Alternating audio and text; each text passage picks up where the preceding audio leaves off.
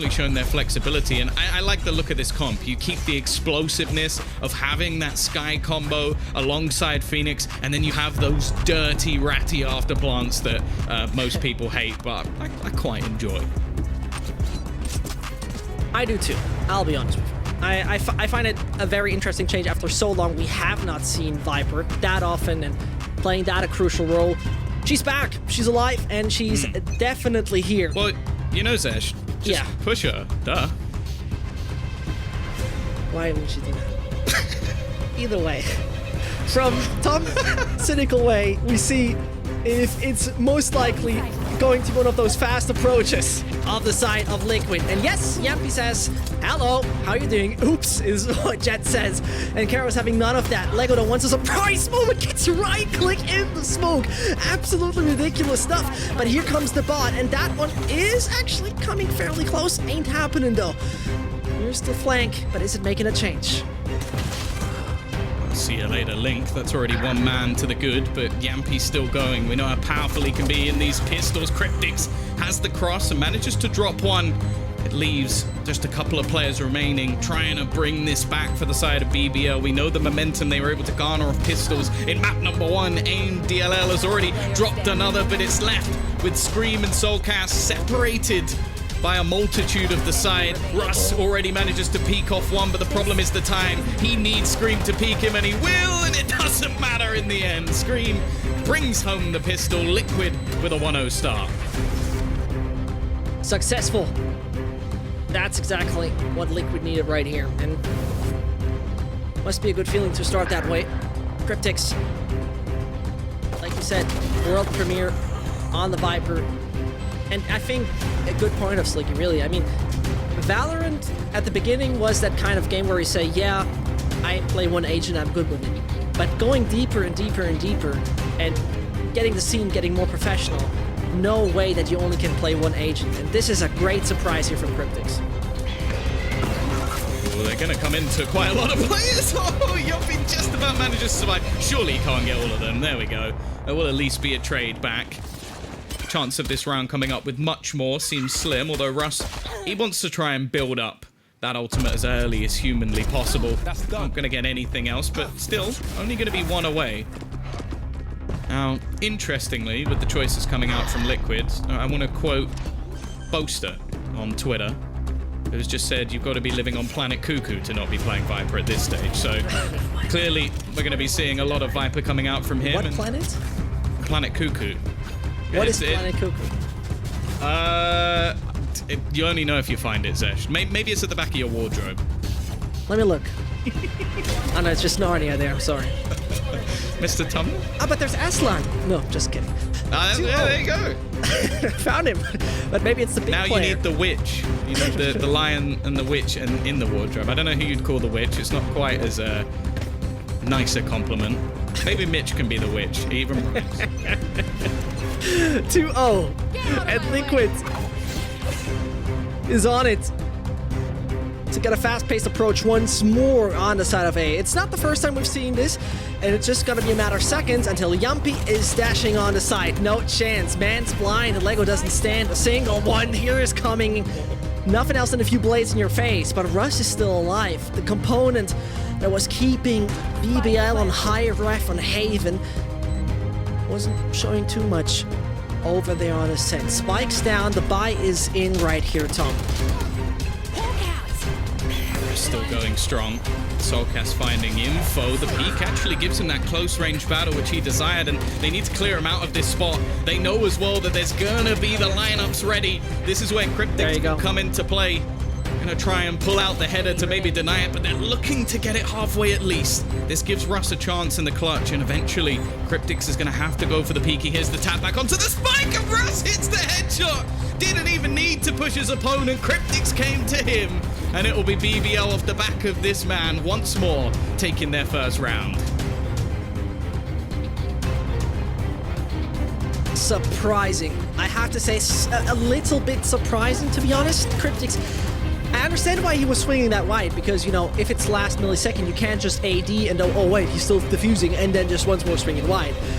It's a tough decision. It's coming down to milliseconds at the end of the day. And a close one. costly one for both parties. Watch and learn. The thing that I like so much, Tom, though, is the ults we see on the side of Liquid are extremely valuable. Viper's Pit, insane. First of all. Scream, I mean, he's running it back every 2 or 3 rounds. That's how it feels like. Then you also have the Brim ult. Those are strong ones. They should know that there's a player in this corner now. Russ only going to be good for 1. He's got Lego alongside him. Actually, he ends up running out of bullets. That's unfortunate. And now Scream's going to come running through. The blast pack trying to throw him off, trying to kill off that ult before he gets anything. Will he find him in the last second? No. And actually, the push back through from Lego couldn't have been better on the timing. Luckily, Link, our Clutch King, has returned once again. Had to avoid the shock dart due to his low HP.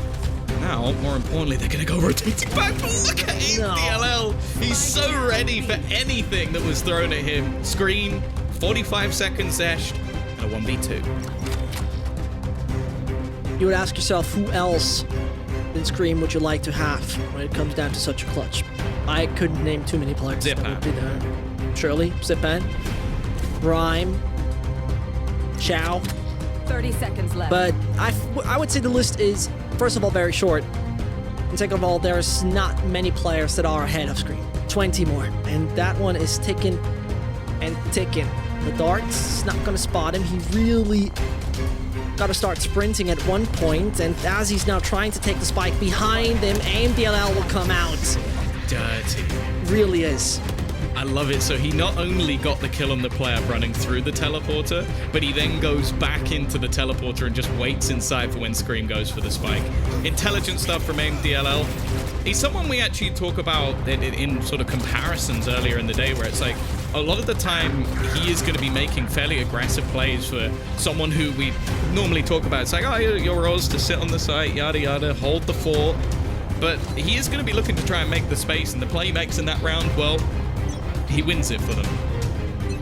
Now looking like we might see a bit more aggression out from Kira in this round, at least hunting for information.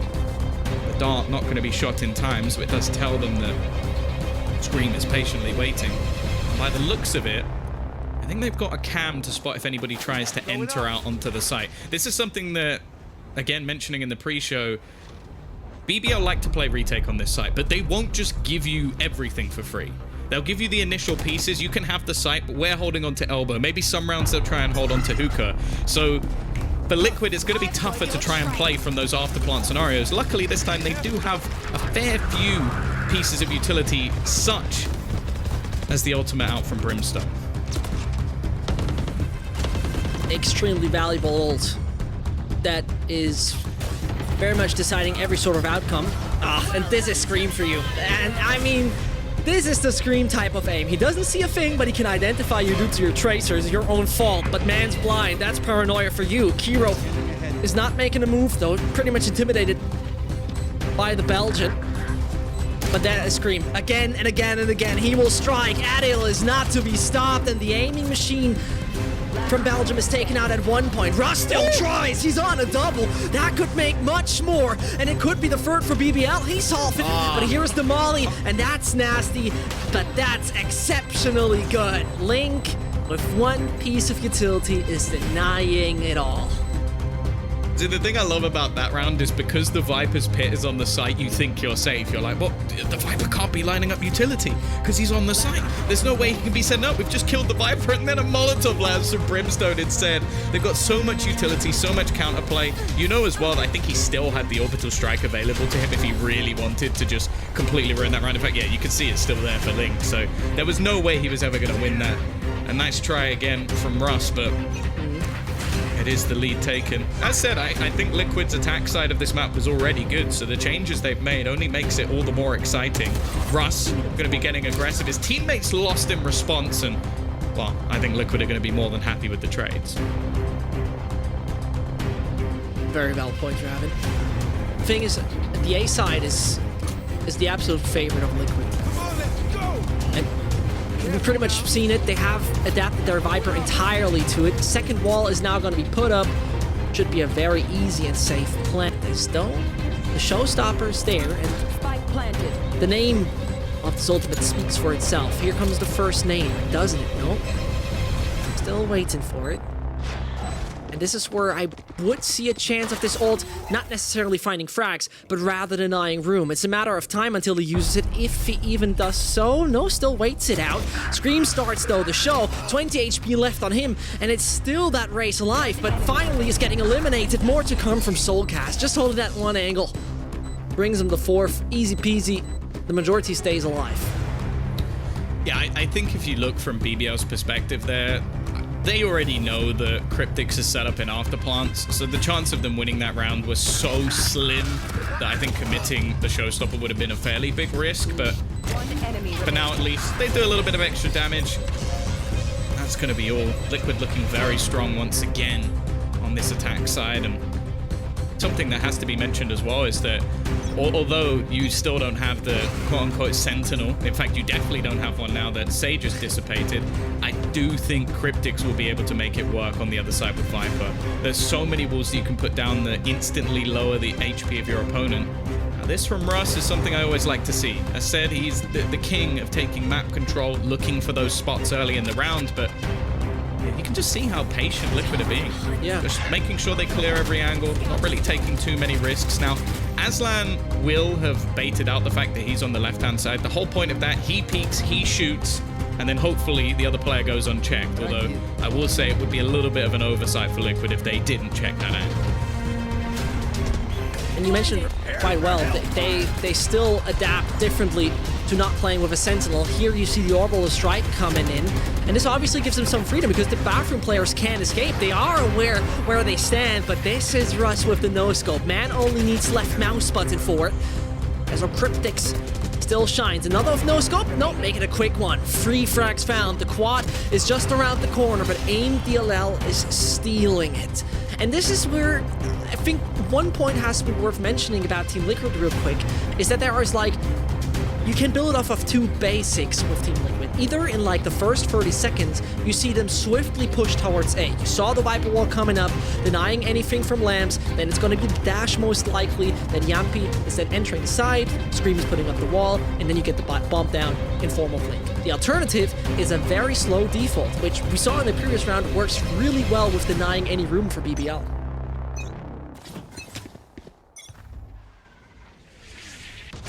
Russ will keep his operator in. He has still been putting up crazy numbers so far in this matchup. Top fragger in the server, even though they're behind, and Yampi, well, you got to be a little bit scared when this shot comes into play. He'll be pushing forward. AIM DLL already gets one through. His utility catching out Scream, and Yampi trying to make sure that nobody can make the same risky play through the smoke. Instead, Link's caught out by the Hunter's Fury, and they're trying to now use it to catch anybody on the other side, but without the plant down, they're going to have to try and re-aggress. Luckily, Soulcast has already picked off one. I've got your trail. Didn't spot Jet. That's what it feels like for me. Now he's moving over, and it seems like that judge actually delivered a verdict, bringing it only to 2 more. Russ as well as Kero could very much make the difference, as that close range operator is going to be very interesting to watch.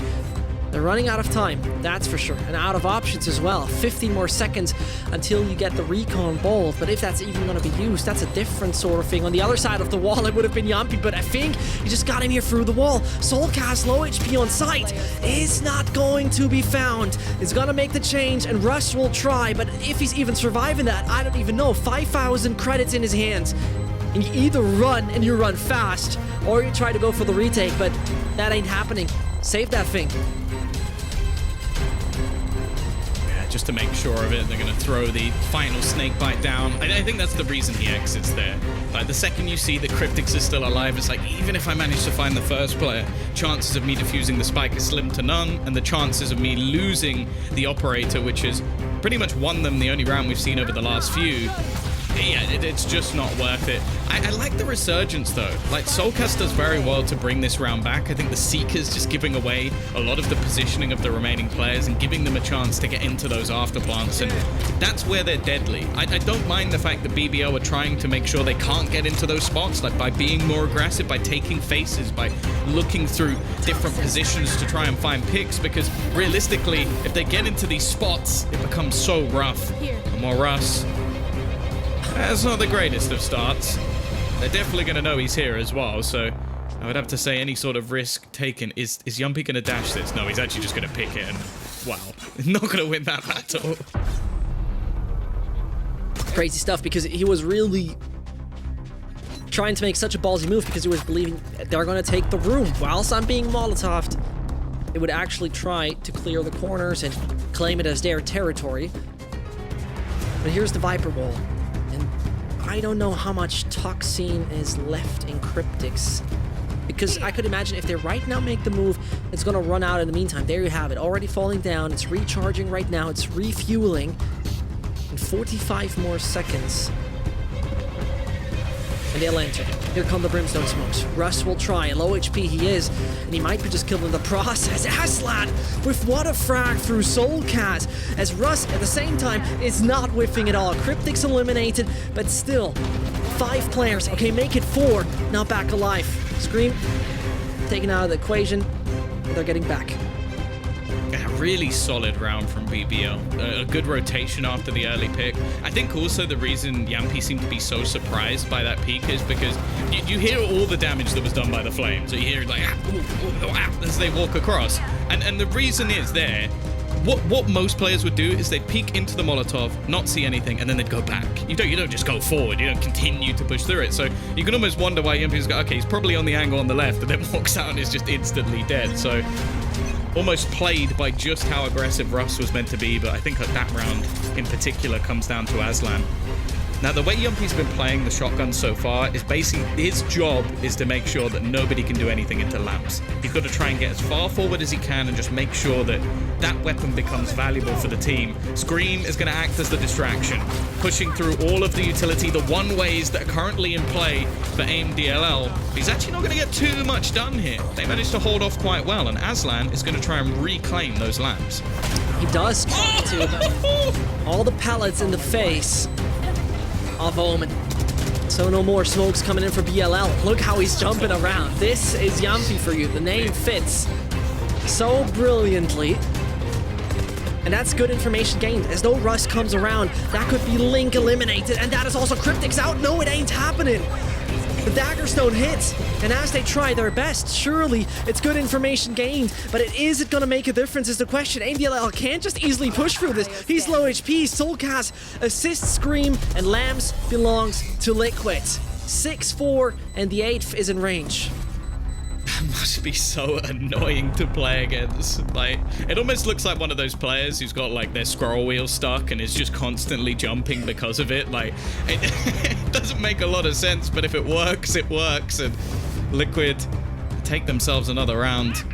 There is a world where Russ manages to turn this, and he is looking to try and basically deny them by coming in on the flank, but it isn't going to work out for them this time. 6-4, Liquid again on the attack, looking strong. To see what investment is there for Scream. Currently without a weapon. I imagine that's going to be thrown over by a teammate, and eventually will do. And for BBL financially, they're not in too bad a spot. They will still have the operator in play. Ultimate's not really going to be anything too important. And I wonder if this is the same execute we've seen recently coming out from Team Liquid. It was a double molly. One goes into the left side of the site, the other goes into the sort of cubby that you see on the right side of B, and it forces a lot of players back. However, the counter to this is basically what we're seeing here. BBL are just going to fight them in the front lines. Well predicted. Exactly, that seems to be the case. Nice one, but does it really help? Nope, not at the moment, because nobody's even close. The Spectre, perfect tool when you're low on money and you try to take close range fights. Yumpy's out. And this is the man advantage right now. They try to push the side. Russ doesn't even stand a chance. A very valuable weapon pretty much put away. And suddenly the distraction is big. The distraction is massive. It seems like they're all just trying to push Hookah and take the room. But AIM-DLL is still there. Tries to make it work with a wall bang. But that spike's down now. Aslan does has managed to bring it back. Both players split in their positions, and guess what? They're setting up for the afterplants once again.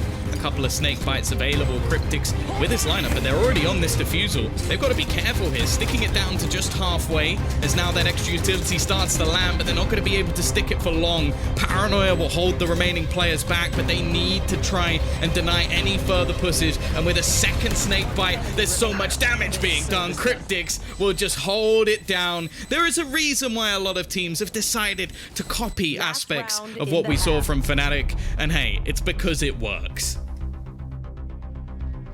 I mean, you love to see this kind of Viper play, really. It's so amazing how he just poisons them away, really. It is the toxic, and it is the poison, getting themselves another successful round. A brilliant one. A brilliant one, you have to say. And this brings BBL in a situation where on the attacking side, I surely could imagine they will have something to say. They will put up a lot of speed. They'll go fast. But at the same time, 8-4, not so easy. And funny-wise, He killed him with the the tiger is actually biting him to death. Oh no, I wonder if that actually counts as a kill for Soulcast. Russ, they've got this flank through very quickly, so they're still going to be able to have hookah control. They managed to clear this in the early stages, but because of that flank, they've just gone rotating all the way back. The teleporter used to their aid. Now they've left Scream behind to deny any rotations back in that direction. Aim DLL in a good spot, but he can't do anything versus Cryptics. The afterplant is going to ensue once again, and should we just call it here? Because BBL have struggled in these scenarios. Yeah, and it seems like Russ is hearing you, and yeah, well, I don't agree with you, Tom. He's gonna continue, but he can't finish it, because then again, it's Snakebite, and it is the left click from the Classic, where Yumpy tries, but Scream is closing the case. 8-4 it is, and Team Liquid right now moving over to the defender side. We're on bind. They feel very comfortable at it. Yeah, this was a really solid half from Liquid, and it's not just us singing the normal praises. We're not sat there going, oh, Yumpy, he's doing really well on the entries and Screams, just headshot him. I think the player that's actually impressed me most has been Soulcast. I think in terms of impact frags, he's had so many. Sure, Cryptics is doing a great job playing that Viper, but I think once a player of his caliber picks this agent up, I expect him to know all the lineups. I expect him to have the sort of poison smoke down that would just deny anyone. Like, that's something of a norm. But yeah, Soulcast playing that Skye has been super impressive, and it's not been the sort of flashy, fake flashes that we've seen from him. Actually, it's just been some entry fragging in some of the rounds, like taking down Russ on a few different occasions. So yeah, props to him. Now we go into the side where I still have some questions to ask, because sure, they're not up against the afterplant that they just played, like against Fnatic, but they still had their struggles when it came to the defense. The fun part right now to me here, Tom, is that we see Brimstone and Cryptics defending the A sides. I mean, those players with their abilities, it must be very annoying to push the sides. The wall, the screen, the wall, the smoke, snake bites, the Molotov, another smoke from Brim. It ain't fun. It most likely won't be fun trying to do your best over there on A. But as it's also calm and collected over on A, rotation, Soulcast, it seemed inevitable.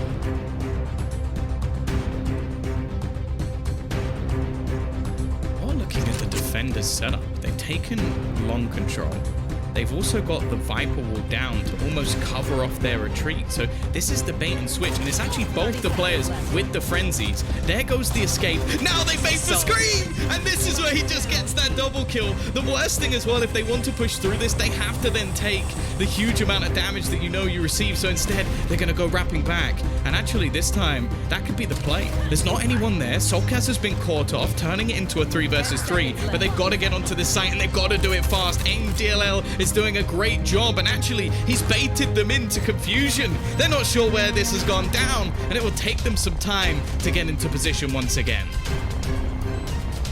Both players don't have any abilities left, so it's nothing that they can use to support their attack right here than just their pure firepower, and that individual performance, that individual prowess is now needed. Well, it ain't happening. Quick one to finish it.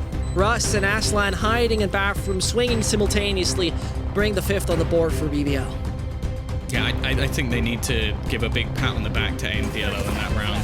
Like, without him holding off their rotations, I don't see a chance of them winning this round. The setup from Liquid was awesome. I love that. The bait and switch, the deadly duo of Yampi and Scream combining, but the fact is it was actually just that hold, stopping them from rotating, allowing the spike to go down, and even putting some doubt in the minds of the opponents of where they were even going at that stage. So props given.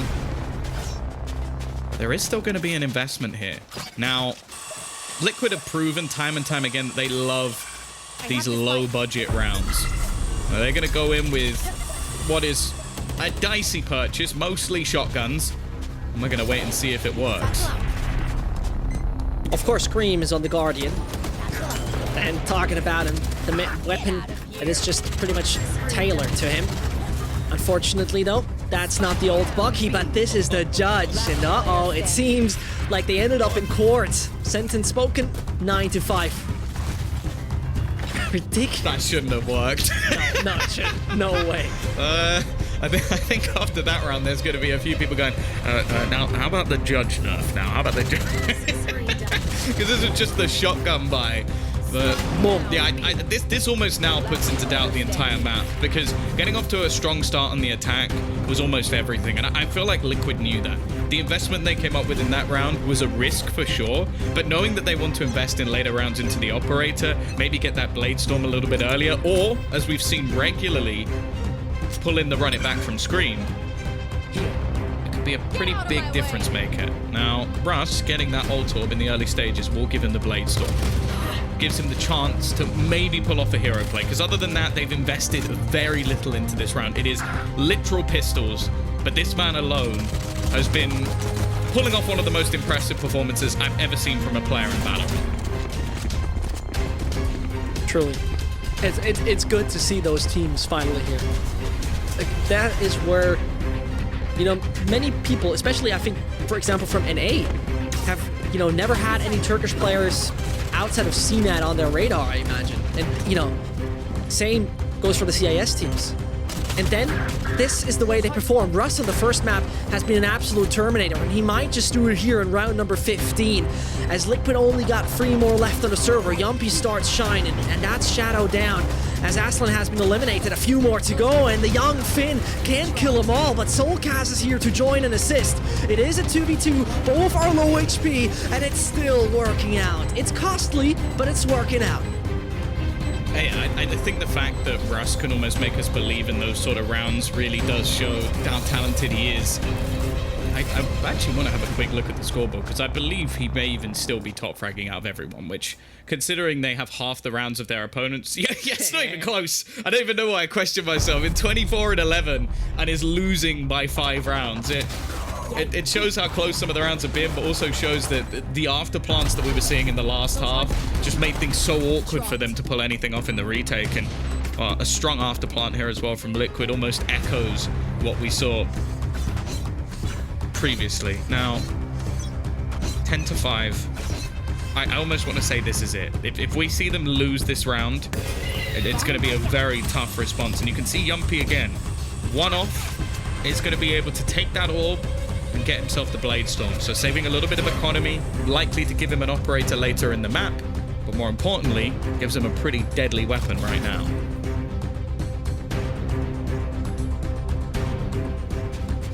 That gap is, well, that Tasmanian Tiger's giving them a pretty clear idea. Elong, not fortified at all by BBL. But they're actually capitalizing on that thought. It looks very much like, well, Liquid, I do believe that we have left the side alone.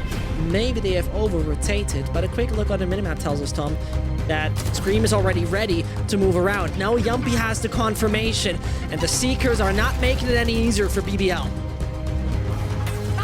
Information garnered, and in fact, Russ already being dropped.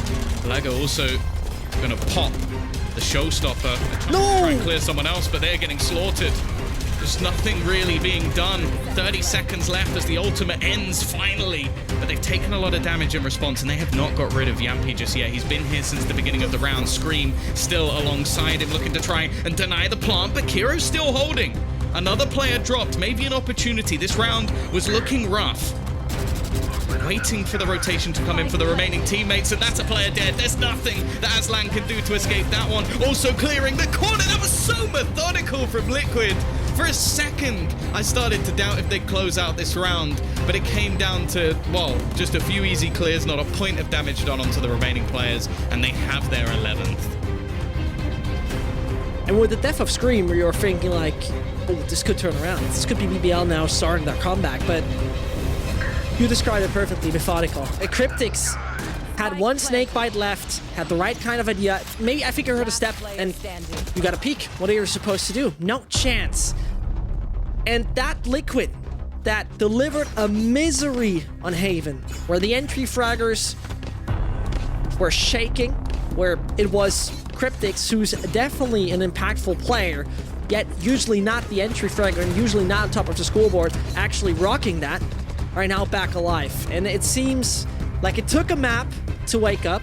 It probably takes 1 or 2 demo reviews to look what went wrong over there. But on the other side, this is what I mentioned, and this is where that mental strength seems to come in for Team Liquid. Wait, I think also the comp changes they made on Bind in particular has added in an agent that is very, very difficult to counter right now, so it doesn't seem like BBL have the answers to face off against Viper on this map, and on the attack, they do have more opportunities. Already, we're going to see the push coming through. Cryptic's well placed. Will trade an initial frag, but it is Aslan to take things over the line. There was a reason I was excited if he was going to pull out that Reyna. He's definitely not a weak fragger, even on his Omen. For now, we're going to see that information being hunted for, but it's a straight up teleport over to the other side of the map in one way or the other. And there are no players here anymore. An easy plant. And this is where I actually would hope they would let Carol plant and tap it in. And they won't use his ult for this round because Aslan is putting a few bullets into the head of Soulcast. The 6th one seems to be pretty much secured, especially as Yumpy should not risk losing the 5 grand in his hands. It's a long way to BBL, really. You know, I think switching up the pace is something that looked very enjoyable. I think the last few rounds we saw what those kind of slow plays do with them. It seems this is something really playing into the hands of Liquid. Maybe once they swap it into a faster approach, it might work so well, but look who's coming at you. Look who's looking for that frag. Careful now. Just making sure that nobody's getting out of that teleporter. More important to keep the guns. Actually, that was the operator. Oh, that's a little bit unlucky for sure. Not exactly what they would be wanting in this scenario, losing an extra player, making things a bit more costly. But yeah, I'll be real. I think the BBL have much more of an opportunity on this attack side. I think playing up against the afterplant meta of Viper is really difficult. And like with all jokes aside, a lot of the counters, they're very situational. Like it almost involves just hoping that you can find that kill onto Viper or having a little bit of luck with some of the aggressive plays you're able to make. And that discounts every other player we currently have on Liquid. Going onto the defender side, I think there's much more of an opportunity for them to actually counter some of the abilities. You're not necessarily going to have lineups to deny people who've already planted the spike. So, well, we'll see what BBL can do here. We know that they're very solid at finding opening picks. And as you said, like the change of pace in the last round, it seemed like they almost just barreled over their opponents. Players like Russ, like Aslan, can definitely take over a map. So let's not count out a team that have had to fight tooth and nail to get here. Because they're not going to go down to that lower bracket without a fight. Oh no, they will not. And as they quicken their approach on the side of A, Russ first, as the point man, is trying to find anything. Gonna be eliminated. Scream and Cryptics are absolutely ready. And Scream, with that spray control, puts it only down to Kiro. Man doesn't stand a chance. The 12th is on the board. Liquid is around the way from advancing. And, well, the elimination match would be Turkey versus CIS. The winner's match of this group, Europe versus Europe. Yeah, let's wait for the fat lady to sing, alright? I haven't got my wig on yet. But Yeah, it's looking a little bit rough. It is looking a little bit rough. I think especially the timing of the snake bite almost completely separates the push. So the choice that is there for the players of BBL is, okay, 2 of you have gone through. Like, you can have the dash or the updraft over alongside the blast packs. But the remainder either had to run through it or wait. It was not a good plan. Now, Soulcast is not only going to slow them, he also, I was gonna say, has the information, but they did get a little bit stuck in the mud. Screen caught by Russ, and Soulcast just spamming for his life. He knows they're gonna be tagged as they go through. Oh my god. And Link has already managed to pick off one. And that was the guardian agent of Soulcast. That's a spike. That is the spike, and you know, that player, it was Lego, who was just hovering above the head of Soulcast, was killed by Link, so you can thank him, as Soulcast just might make the difference. The triple is in for him, the quad just might come next, and that is Sky not finishing the case, but Yampi does it. A beautiful finisher, and Liquid with the 13-6 win. This is one they were looking for. That looked proper solid.